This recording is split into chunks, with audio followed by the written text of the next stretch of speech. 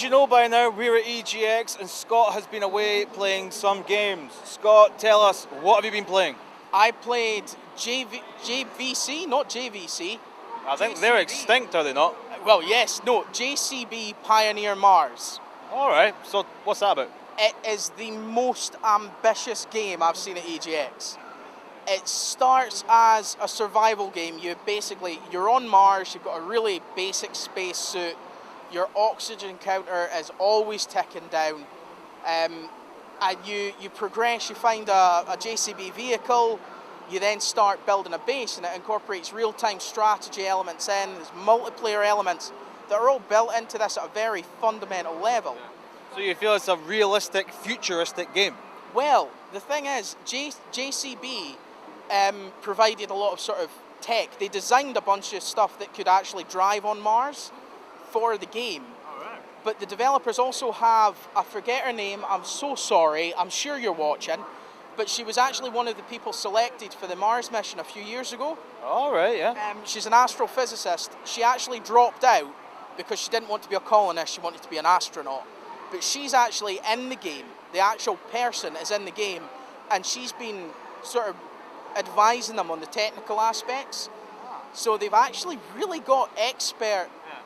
So this is like in depth. This isn't like a muck around. This isn't like someone's fantasy. This is like fact. This is in depth. That's pretty awesome, man. Well, I was talking to one of the developers, and you know, I was saying, so have you added anything in?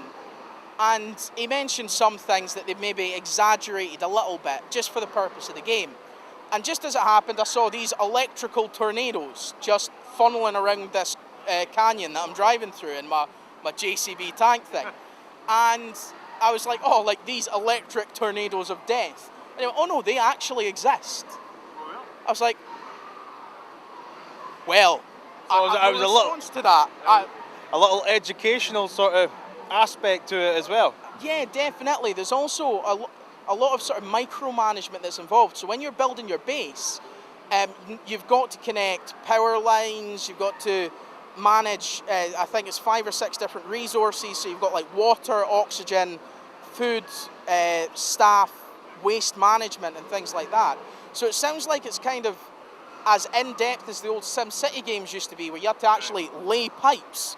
Otherwise people wouldn't move to your town. It's a hugely ambitious game that they're getting survival, RTS, exploration, city building. So that being said, did they give you any indication of how much gameplay is actually in the game? It looks like it's going to be almost infinite. Really? The maps are bigger than GTA 4 that you can explore. Multiple players colonising the planet and then terraforming it.